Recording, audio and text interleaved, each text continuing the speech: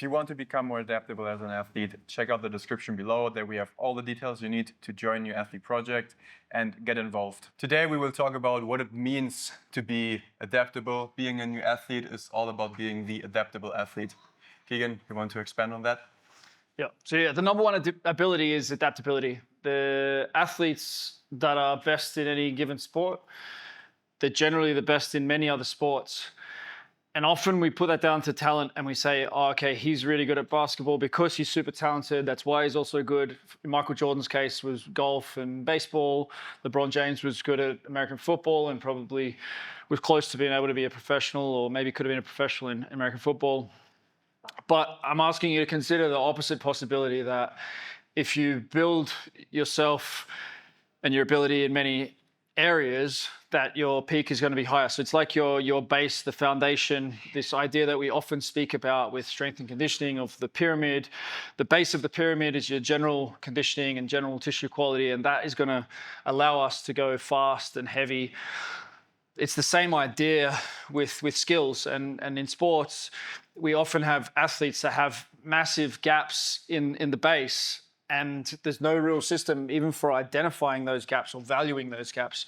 So it's kind of a joke if you ask. We put up a reel about the French rugby team doing dancing, and people are commenting like, oh, South Africa beat them. France have come up massively in world rugby, but it's beside the point. Just bringing up their dancing ability isn't necessarily going to make them number one in the world. That's not what I'm saying. But what I'm saying is, if half of the team are terrible dancers, they're not very balanced, they don't have good timing coordination with their footwork, that's going to make a fraction of a difference or more than a fraction of a difference when it comes to their ability to learn offensive and defensive footwork patterns and their ability to look balanced on the field. Having worked with hundreds of rugby players, maybe over 1,000, the ones that can dance are easier to teach footwork. They're harder to tackle. They have better balance on the field. They're even better at learning new things in the gym. And yet we think that it's silly to dance or to focus on dancing, but it shouldn't be. This is the heart of the adaptable athlete concept. I mean, if you're someone who can adapt to any circumstance, you can pick up a lot of different skills from a lot of different areas. You're going to be the better athlete if you have the foundation of the force, of this tissue quality, like you say, right? When we think about systems, it's not that you're going to be the best athlete. It's that you have more potential as an athlete. If you go into rugby, you have two players going into trying to make it as professionals. One of them has done 8 different sports. They've done trampoline and ballroom dancing and BMX biking and volleyball, and they just took up rugby 2 years ago. And the other one has specialized in rugby since he's 5 years old. They're about the same level. Mm-hmm. You're going to take the one who's done all the other sports every day of the week and twice on Sundays. And every good coach knows this, that they're always choosing the one who's got the multi-sport background. And you'll even hear some of the best NFL coaches saying, yeah, I'm choosing the guys who played a lot of lacrosse. I'm choosing the 2-sport college athletes. And the data on this stuff is really clear. What's not clear is how strength and conditioning and the world of athletic preparation is adapting to the certain knowledge that we have that athletes that come from multi-sport backgrounds are going to go further. Yep. Everybody knows this stuff, but then everybody's still mocking the dancing. They're not incorporating serious combat skills. They're not incorporating the juggling that Usyk and Lomachenko and these guys, they're not progressing to 3, 4, 5 ball juggling and at more advanced drills. They're not taking basketball and soccer seriously with their rugby players. The best players did that, and the teams are taking advantage of what the children did, or these athletes did as children and teens. They're carrying that into their 20s, but then those abilities are actually deteriorating through their career. Mm-hmm. So as the specific abilities get better, the general abilities decline. And I think that's a reason for a lot of athletes' early retirement as well, is they're getting further away from childhood. They're getting further away from being that multi-sport primary school and high school athlete who could do lots of things.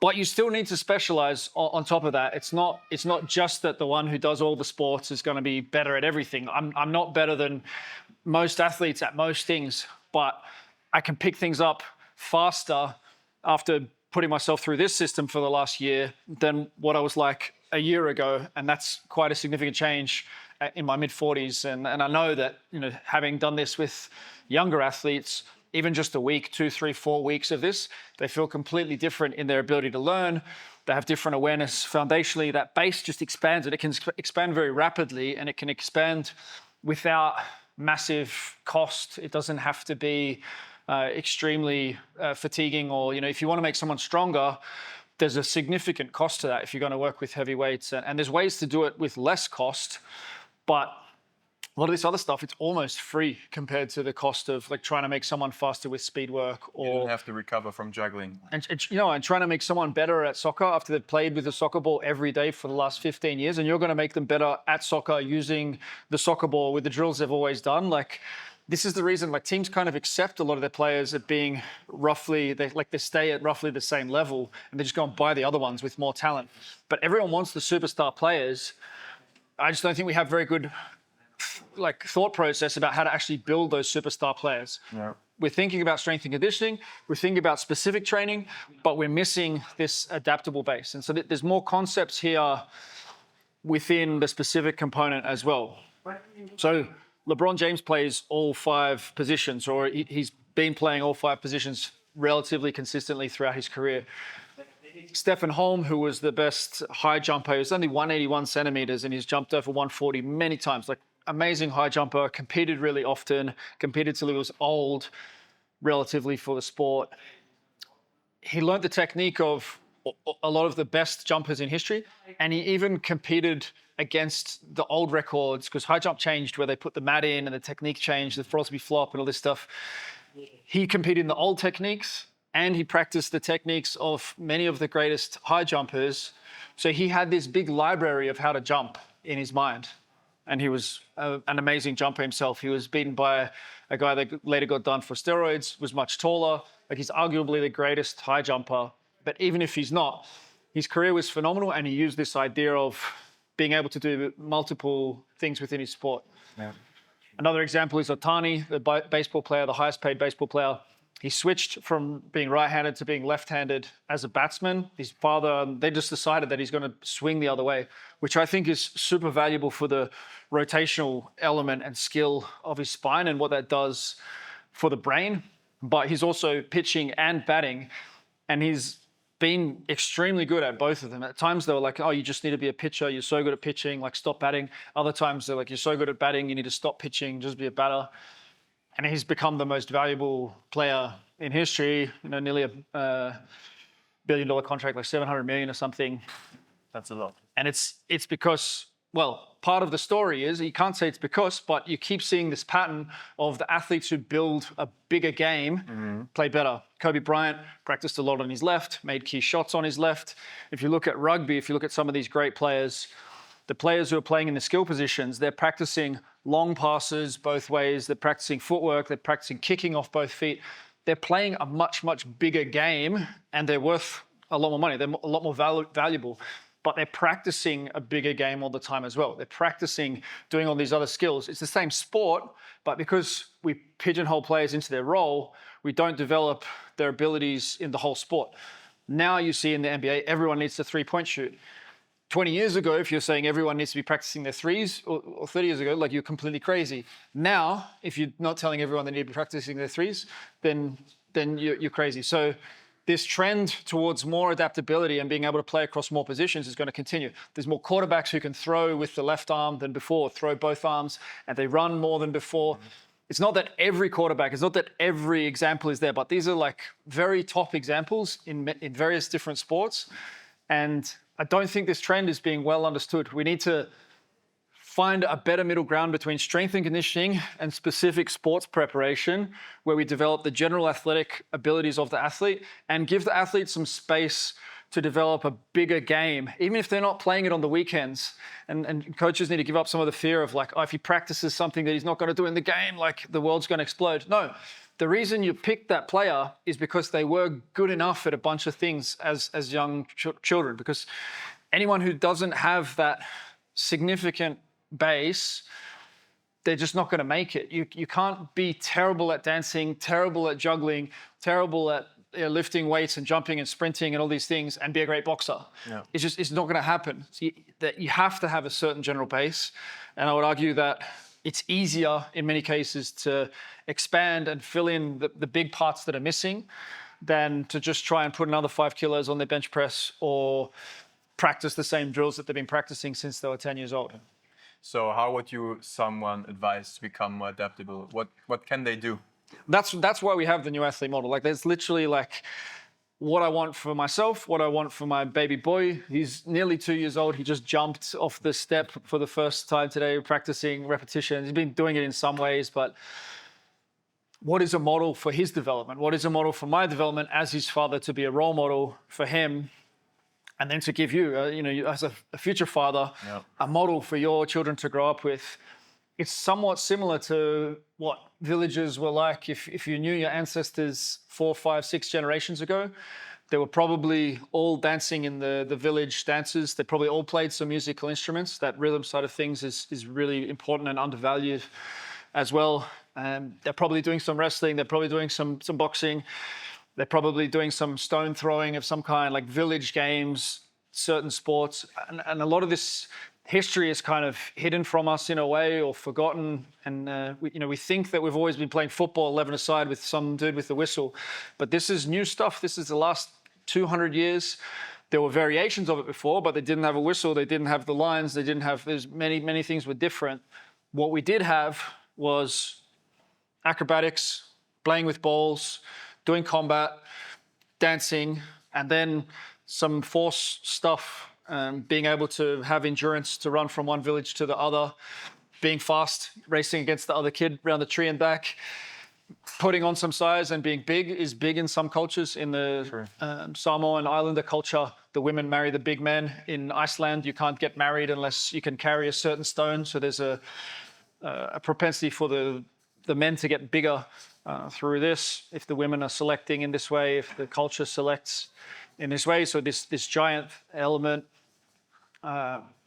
we need to have the health side of things, and we need to build the athletic intellect along the way as well. Strategic thinking, remembering the game plan, being intelligent about knowing when to be calm, when to go full on, all of this kind of intelligence. This is the model of the new athlete, and it's like, there's nothing really out there. There's this idea of like CrossFit as being like the thing that would build the general athlete. But if you go and get your rugby team doing CrossFit, okay, like maybe some of them will be a little bit better at some things, some endurance. Like I like CrossFit. It's very smart in many ways for the force element, but that's not how you're going to develop a baby. That's not the full unfoldment of someone's athletic potential. So that's why we have this model, and then you can choose how far you go. I'm not saying everyone needs to do the double standing backflip. There's more and more young men who are getting this double standing backflip.